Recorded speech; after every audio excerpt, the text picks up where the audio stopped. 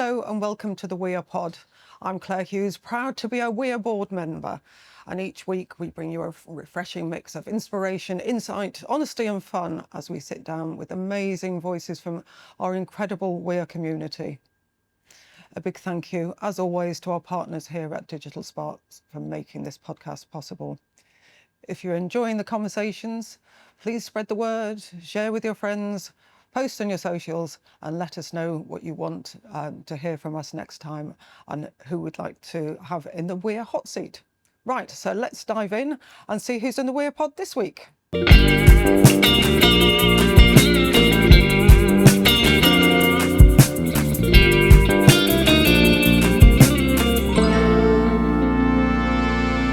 We're delighted to welcome Mandy Baker. Mandy is a director of Chalmers Agency in the beautiful Essex village of Stock. Now, Mandy brings a slightly different perspective, a bit of an outsider's perspective to the property industry, having transitioned from being co-manager of a large family business for over 20 years ago. And then she actually purchased her agency in October 22. Mandy is passionate about providing valuable support to women in our sector and promoting equality, encouraging men to support these objectives as well. She's one of our wonderful regional champions, and Mandy is absolutely dedicated to well-being and fostering that well-being in the sector. So, Mandy, welcome to the pod. Hi, Claire. Great to have you here. So I mentioned in the introduction that you had transitioned into agency. So tell me how that happened. So I'd worked in our family business for over 20 years, as you said, which was a label manufacturing company, so very different to estate agency. Manufacturing as opposed to a people business? Yes, yeah. Yes. Although my expertise was in people, when I first joined, we were a very small business, so I learned all areas of the business, accounts and people. But as time went on, I realised that the people side was where my passion laid, and did extra qualifications to sort of try and hone my skills, as you realise that people need more and more care and we need more emphasis on well-being. So that was a strong thing. So when the business started, 20 years, well, it's over 50 years old.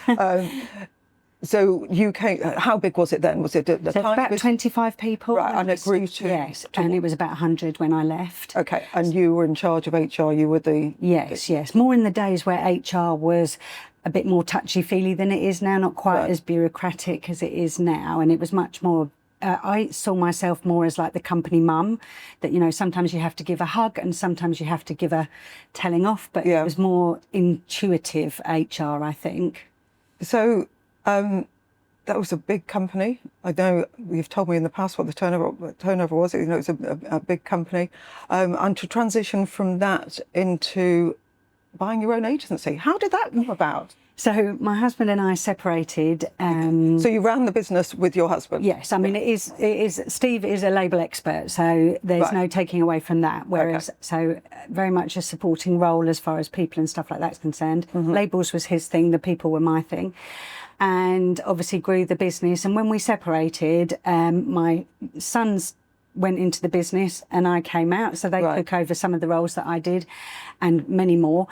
And are they still in the business? Yeah, they are, and they love it. So that's great. So I was looking for a new challenge. I love business. I didn't want to just sit and do nothing. And a friend of mine wanted to retire from the estate agency that he had in the village that I love of Stock.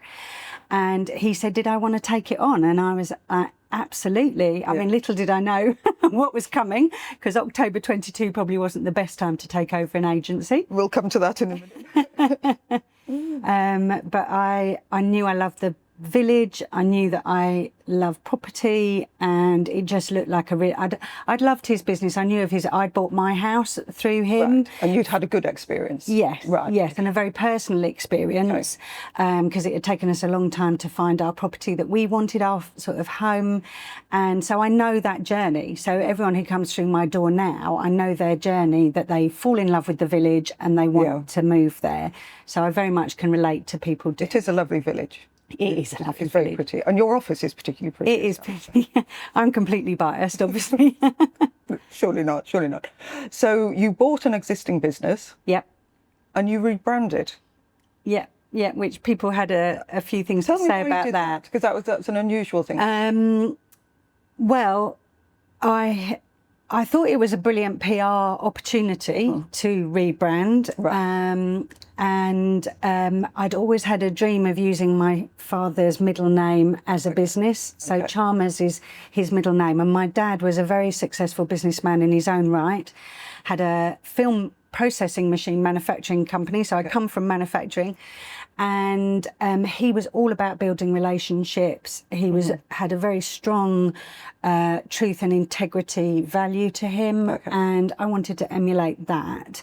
And in his name, I lost him 10 years ago. So, and he loved green. He was obsessed with the colour green, so all of his branding was green. He always wrote in a green pen, which I do now. And I don't have a green car. He always had a green car.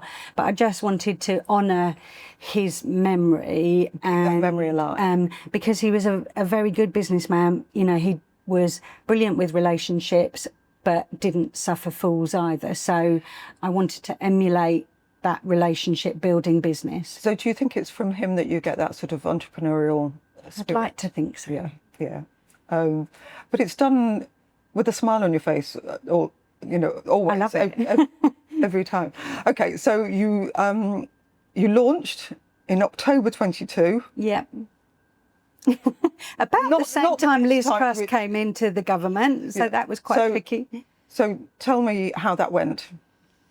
What challenges did you have? A lot of challenges. We had, so the first house I ever sold was ironically not in stock. Right. Was a friend's house in Upminster because she wanted to move to stock. Right. And we had an open day and I was thinking, oh, this is how I'm going to do it all. We sold for 25 grand over ask. Yeah. You know, the buyer was mad keen and I thought, oh, this is going to, aren't I good at this? Yeah, yeah. And then we had a few sales go through relatively easily and then suddenly, bam, everything stopped. Right. And everything started to get trickier. And in fairness, because I love people and I've managed to find a group of estate agents who really like collaborating and, you know, there are plenty, as we know, and then finding the Women in Estate Agency group as well. So obviously we've got Women in Estate Agency, and you're involved in the Baldock's brothers, their group as well, and that collaboration is great. But I still find some resistance. I don't know if you find that in you know, agents in your area that don't want to engage, don't want to collaborate. Yeah, absolutely. I think so, especially like the larger companies. Right, I think that you're going to start nicking their women or anything like that. But so I heard about Women in Estate Agency through Matt Baldock, actually. Oh, right. So, oh, did you? Yeah. So having gone to his dinner, he then said to me, "You need to get involved with Women in Estate Agency." So you know, the people who want to collaborate and want to help you are out there. You just have to find them. Yeah. Of course, me being me, I went and searched them out.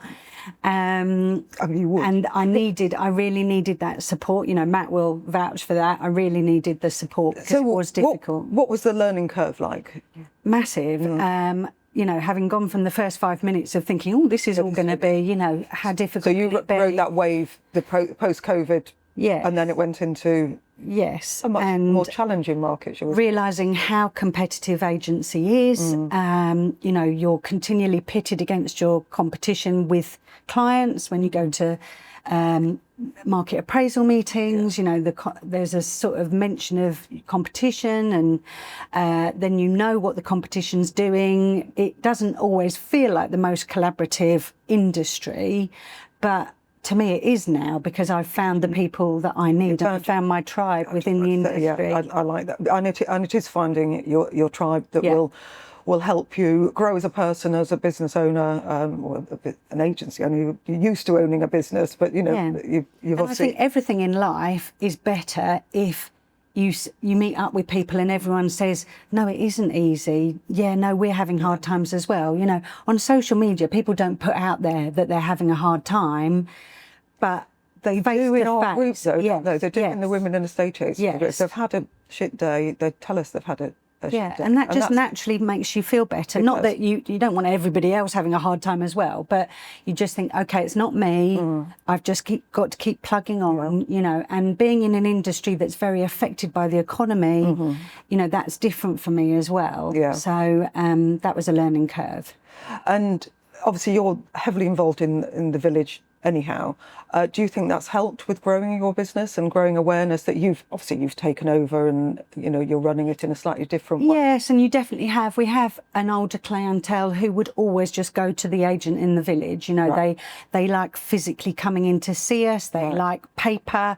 We deal with our older clients really, really well. We love that relationship because they're much more about a traditional values and good customer service. So we do very well with that.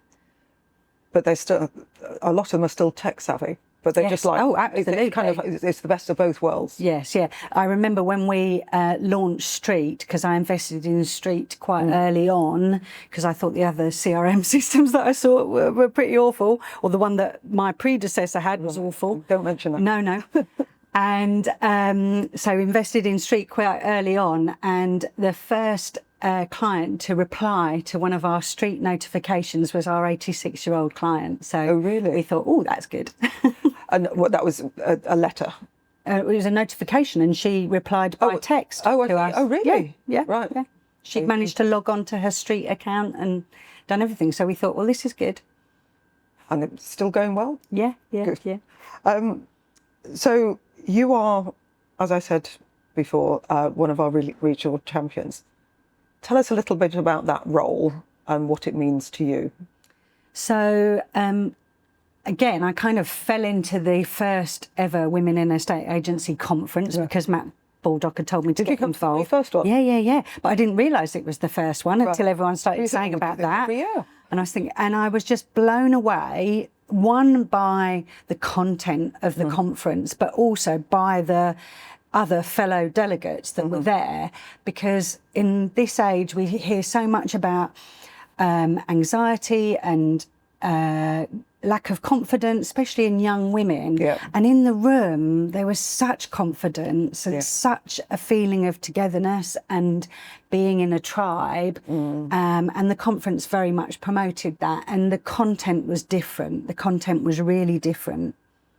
Different from other I must admit I probably expected it to be a bit more knowledge based and you know, learn a little bit more about estate agency, but that's probably just particular to me, whereas very much based on well-being, which I love. And stories and, you know, people's experiences and, you know, their journeys in agency, their challenges as well.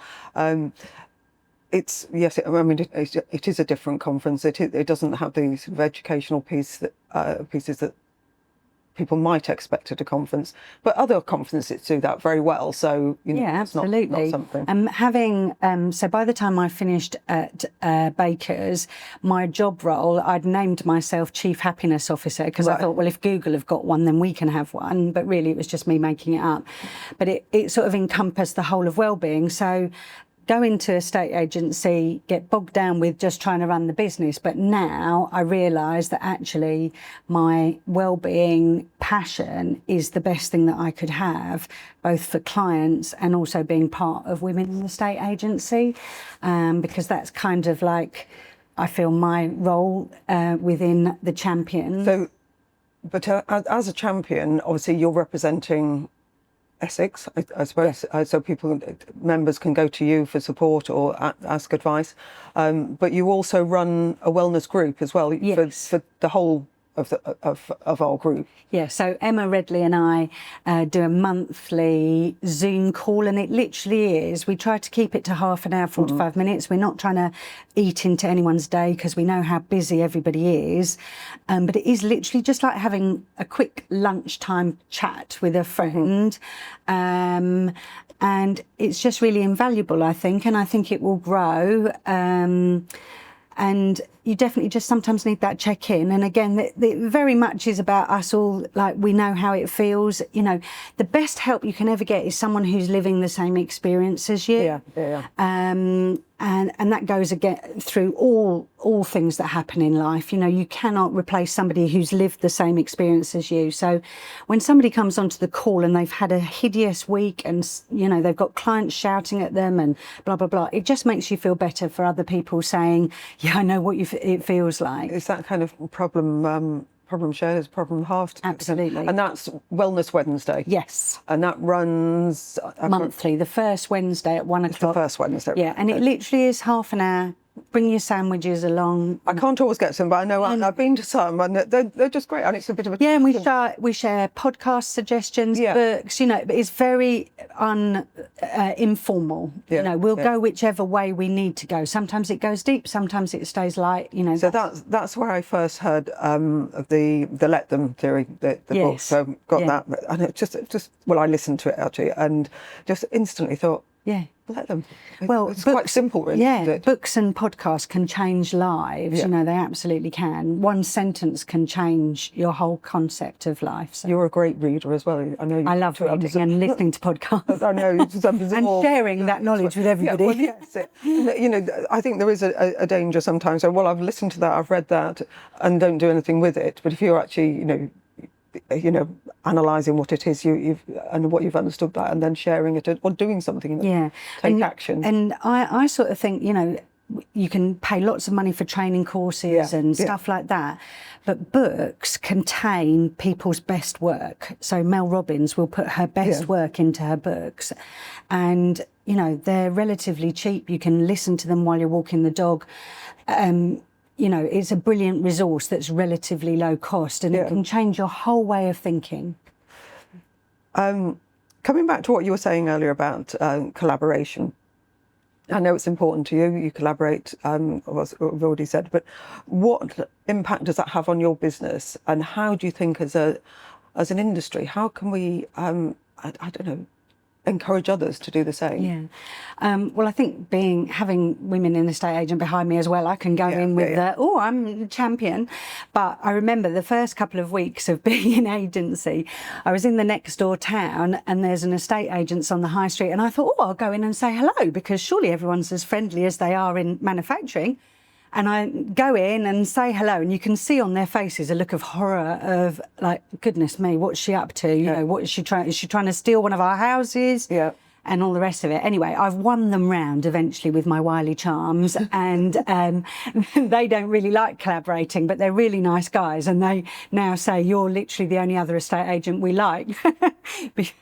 But it helps, because if you're in a chain with other agents, absolutely, you know, it's so much easier if you can just jump on the phone to somebody and say, what's going on with that?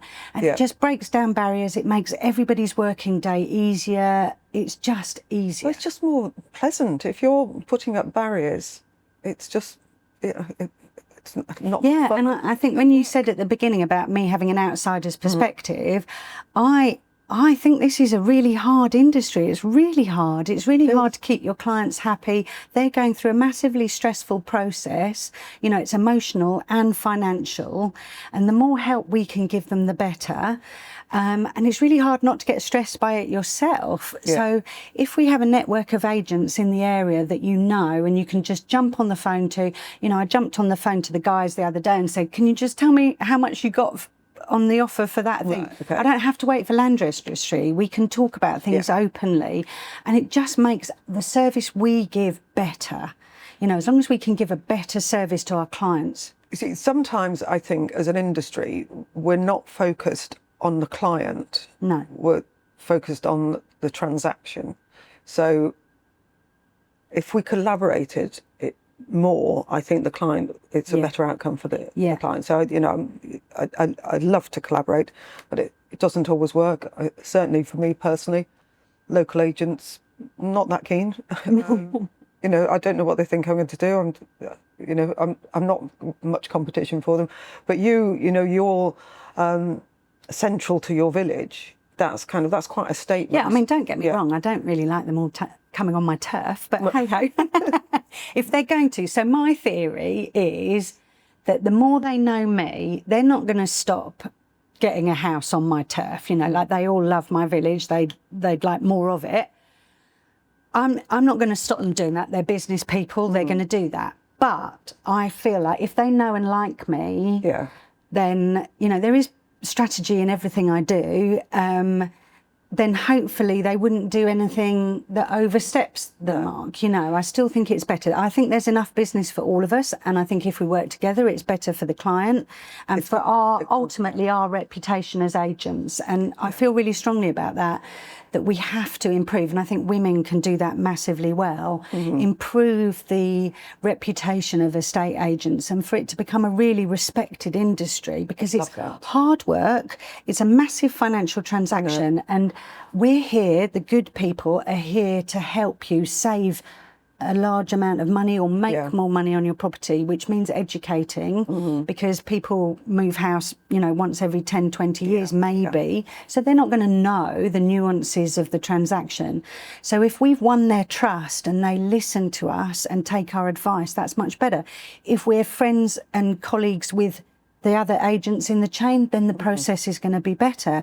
So no, it's not going to be easy and it's not going to be quick, but I've got to do it my way, and that's how I am. So, I don't think you could do it any other way, could you? I don't think. And there's so many things that need changing, but I've decided, in my wisdom, I don't want to change the world, but I can change how I do it. Yeah. So it's kind of. So you have to sort of get on board, you know. One village at a time, one Essex village at a time. And not everybody wants to get on my train. But the collaboration goes wider than that. You know, the groups that you found, it's that sharing of knowledge. So not just working together with agents in a chain or in your local area, sharing that knowledge. I don't know what's working in your market, what's working in somebody else's. You know, marketing tips and things. So there are lots of ways that we can collaborate. And Matt, who I was really lucky to, I mean, I'm a big believer in the universe, and I think, you know, the universe delivers you the people that you need. And Matt Baldock, I can't talk highly enough about him, because he's given me some amazing advice, and he doesn't totally realise how good he is at business. I've told him. I have told him. And when you said about men collaborating a bit like with Ben and Matt, you know, they're all men who are really, and Christian, who are really promoting women within the industry as well, and we've got to do it together. You just brought me on to my next question, actually. So obviously the promoting equality and encouraging men to support our objectives, you know, was what I said in the intro. And those three men that you've just mentioned, they're certainly leading the charge. They've been with us since the beginning, as it were. But how do you think that we can, widen that and make sure that, you know, we bring other men into the fold, as it were, to help us? I think it does just come down to conversations, doesn't it? And it's not overnight. You know, we've talked about a lot of things over the time of being in Women in Estate Agency, and it is just a talking and conversations and social media, podcasts, all of those things of trying to promote the fact that together we're stronger. That is, you know, I sort of think of life in quite a big picture way, and we need to work together to survive. So whether we're surviving life or surviving the property industry or just surviving your own little business, doing it together as a team, I've just always had big faith in the power of the group. And you know, it's a cliche, but you are stronger together. It's absolutely true. So, and I think it is just conversations, and even one conversation at a time, you know, winning people over. And the strength of the group, you know, Women in Estate Agency has grown so much. You know, Matt and Neil work so hard to bring their group together as well. You know, it's all those things and spreading the word. But interestingly, Matt's spoken to me about this. He struggles to get more women to go to his dinners. And, you know, there might be childcare issues, I don't know. There might be business issues, or maybe it's that age-old thing of imposter syndrome. It's not something for us, for women to go to. It absolutely is. So as women, do we have a responsibility to put ourselves out there, do you think? Absolutely, absolutely. And talk about it, because you and I have probably turned up to events, not necessarily the dinner, but we've turned up to events where you're nervous before you go in. You don't just go in, you know, you and I probably come over as quite confident, but I know. it still means you're a little bit nervous before you walk in the door. It's all a show, I can assure you. And also most of these things you're attending on your own. But I know the importance of getting outside your comfort zone, and you've got to do it. And again, this comes down to talking about these things.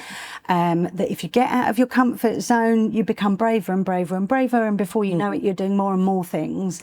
But it takes walking through the door that first time into a group. And particularly all the groups I've gone into have been so welcoming. It's just that first walking through the doorstep. And I think sometimes that is what stops people, is that just... And I know men who are nervous about turning up to things on their own as well. So they're probably even less likely to admit to it. But... Yeah. So I think sometimes it's as simple as that people just think, well, either they might not see the value of it, or they're just wary of it or nervous, and they just think, oh, it's easier, I've got something else to do, I won't do it. It's always, you can make that excuse, but you're right, sort of pushing yourself outside the comfort zone, and it does help you grow as a person. So I've got two final questions. So first of all, I know we talked a lot about women in the estate agency, but what does the group mean to you? I think especially coming in as a newbie to the industry, it's been particularly beneficial to me. The help and advice, the fact that I know that I could, I mean, Claire, you are so generous with your knowledge and help. Sally Botham, you know, there are numerous women. Vicky Bibris, oh my goodness, like she has given so much help. It's her library as well. And, you know, as soon as you start bringing that group together and you just think the knowledge that's there and the help that they give you, and it is just that feeling that you've got a whole team of strong warrior women behind you. And I want to give that back also. You know, I think as you get older you realise that we do need confidence is everything. Confidence is everything in the world, and with a team behind you, you can feel, even if they're not actually physically behind you, you feel braver. And so I'd say it's pretty crucial to my continuing confidently in the business and the industry, actually. Really? And I really... That's why I want to, when Emma and I came up with the concept of the Wellbeing Wednesday, I sort of feel like, that's my, I know that I can do that. I know I can do it well. I've got, you know, I've spent a lifetime reading books about people's behaviour and how the brain works and how to get the best out of yourself, you know, so anything that I can just blurt out of something that I've read or listened to, then so be it. But it's really important. It's really important, and it's growing, and the strength of it is just getting better and better. And we've already got the next conference planned as well. We've got. Well, I have to say, so there's been 3 now, hasn't there? So the third one, I took my 2 team members to it. This was off the scale good, like unbelievably good. The day and the feeling you got from the day lasted for ages and ages and ages. Just the whole of it. It's just amazing to hear. Oh, unbelievable. And I mean, we've all sat through many conferences and stuff like that, but the day and the 3 of us were just buzzing. All the way. Buzzing.